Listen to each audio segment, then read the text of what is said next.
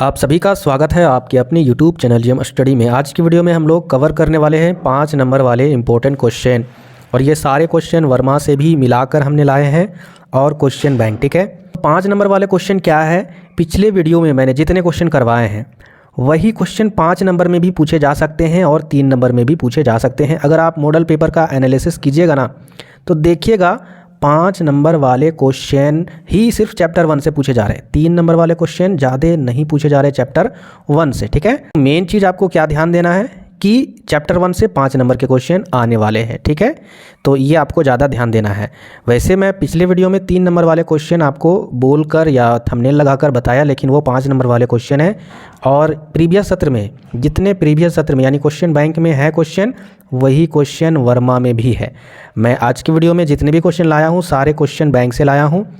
तो पहला क्वेश्चन क्या है, यहाँ पर देखिए पहला क्वेश्चन आपका, हड़प्पा संस्कृति के सामाजिक जीवन पर प्रकाश डालिए।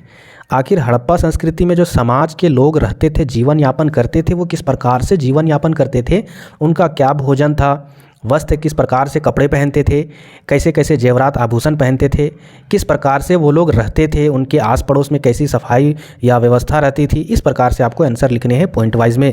तो यहाँ पर देखिए भोजन में क्या लिखा हुआ है, इस सभ्यता के लोग शाकाहारी और मांसाहारी दोनों थे, फलों की भी प्रयोग करते थे और गेहूं और जौ यानी अनाज भी वो लोग प्रयोग करते थे। अगला पॉइंट है कपड़े, यानी कपड़े किस प्रकार से थे, तो विभिन्न स्थलों की खुदाई के दौरान कताई, बुनाई और सुइयों व तांबे के बटनों आदि, बटन जो बटन होता है आदि प्रतीत होता है, यानी मिला था खुदाई में। वे कताई और बुनाई से परिचित थे, सूती ऊनी कपड़ों का भी प्रयोग करते थे। ठीक है, ये लोग रंगीन वस्त्र पहनते थे। स्त्री और पुरुषों की पोशाक में विशेष अंतर नहीं था। ठीक है, आगे देखिए यहाँ पर आभूषण, वो लोग जेवरात कैसे पहनते थे, स्त्री पुरुष दोनों ही आभूषण का प्रयोग करते थे, यानी स्त्री भी आभूषण का यूज करते थे, पहनते थे, और पुरुष भी पहनते थे। धनी लोग चांदी आदि यानी जो कीमती धातुएं थी वो उसके आभूषण पहनते थे।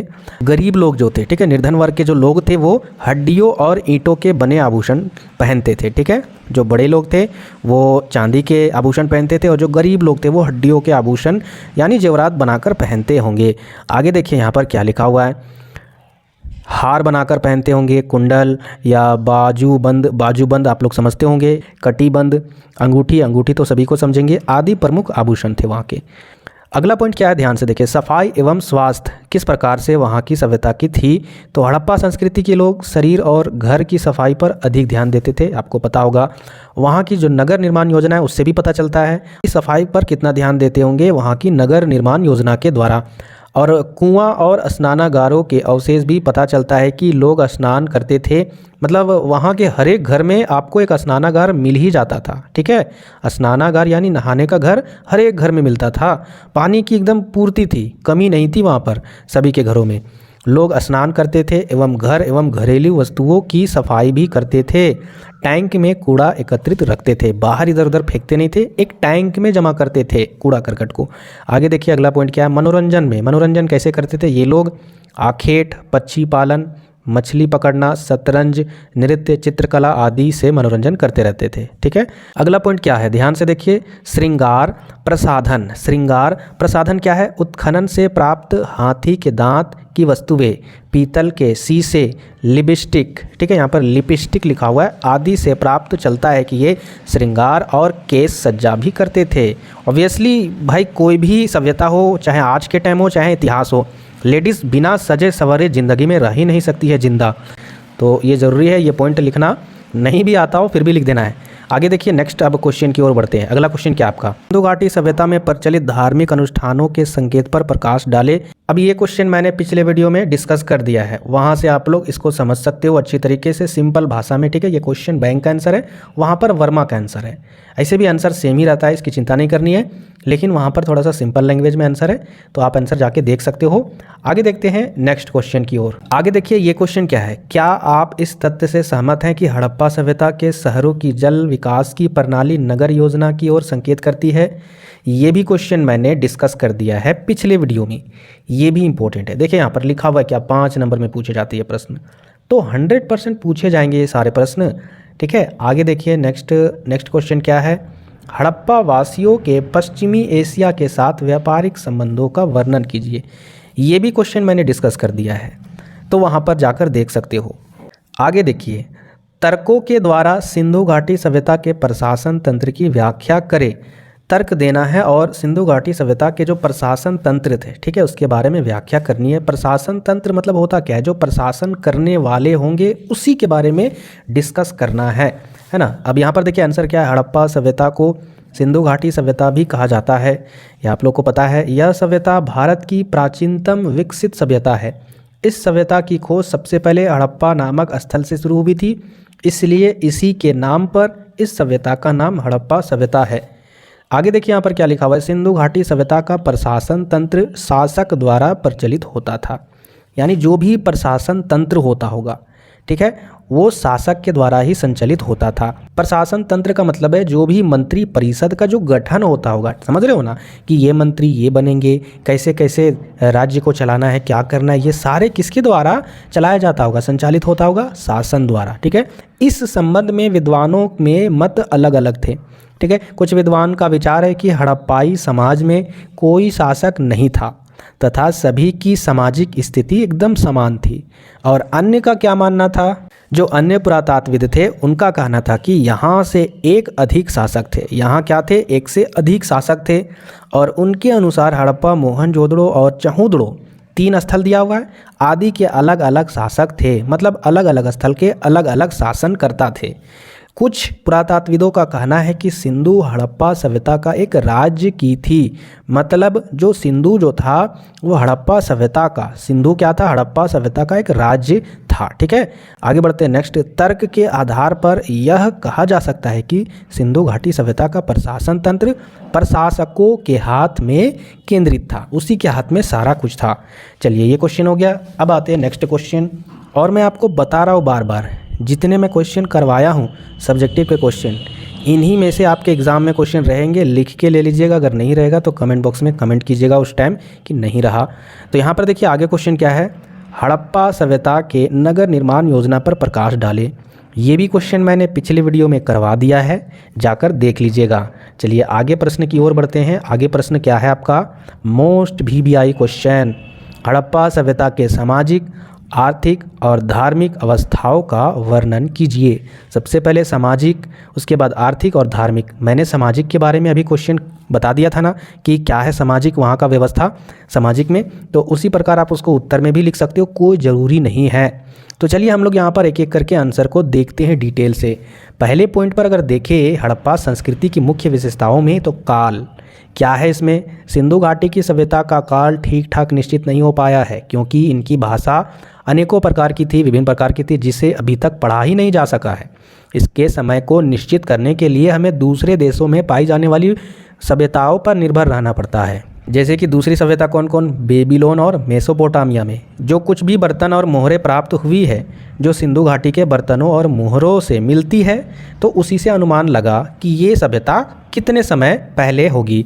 इन देशों की प्राचीन सभ्यता का काल ईसा से लगभग 3000 वर्ष पहले का माना जाता है, इसलिए यह सभ्यता आज से 5000 साल पहले की मानी गई है। समझ में आया ना। तो आपको इतना लंबा नहीं लिखना है, ठीक है, बहुत लंबा इसका आंसर है। अगर आप लिखिएगा तो तकरीबन 2 से 2.5 पन्ना होगा, तो ये इतना लंबा आपको नहीं लिखना है। आप पॉइंट वाइज शॉर्ट में समझते जाइए। अगला पॉइंट क्या, काल के बाद क्या लिखना है, नगर निर्माण योजना। तो कैसे लिखना, स्थलों के उत्खनन से ज्ञात होता है कि उस समय के लोग प्रायः नगरों में रहते थे। डॉक्टर पुलस्कर के अनुसार मोहनजोदड़ो में जाने वाले व्यक्ति उनके नगर निर्माण को देखकर चकित रह जाते होंगे। इन खंडरों में आकर ऐसा प्रतीत होता है कि हम लंकाशायर के किसी आधुनिक नगर में खड़े हैं, वो कहते हैं। ठीक है, तो इस प्रकार से आपको शॉर्ट तरीके से आंसर लिखना है। आपको मैं पॉइंट बता रहा हूँ, आपको पॉइंट छोड़ना नहीं है। ठीक है, पूरा लॉन्ग अगर हम क्वेश्चन आपको बताएं तो तकरीबन 1.5 घंटा लगेगा। तो यहाँ पर अगला पॉइंट क्या है, दूसरा के बाद तीसरा, भवन निर्माण कला। वहाँ की जो भी भवन निर्माण कला होगी, कैसे कैसे होंगे आप यहाँ पर देख सकते हो।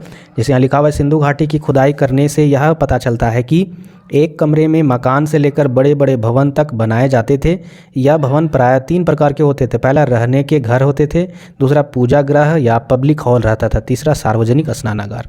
तो इस तरीके से वहाँ की भवन निर्माण कला थी, आप यहाँ डिटेल से भी देख सकते हो। इसी प्रकार अगला इंपॉर्टेंट पॉइंट क्या आपका, शिल्प एवं तकनीक। देखिए एग्जामिनर क्या होता है, एग्जामिनर देखते हैं पॉइंट, ठीक है, पॉइंट देखते हैं, थोड़ा सा यहाँ पर जो चीज़ लिखा हुआ रहता है ना उसको देखते हैं। 3-4 लाइन आपने पॉइंट वाइज लिख दिया, और जो मेन पॉइंट होते हैं वो पॉइंट आपको आता है कि नहीं आता है ये एग्जामिनर देखते और चेक करते कॉपी, और लिखावट अच्छी होनी चाहिए। जितना यहाँ पर भसड़ लिखा हुआ है आप उसे नहीं लिख सकते हैं, क्योंकि उतना आपके पास जगह भी नहीं है और समय भी नहीं है। आप देख सकते हैं कि इस पॉइंट में क्या लिखा हुआ है, PDF मैं आपको टेलीग्राम में दे दूँगा।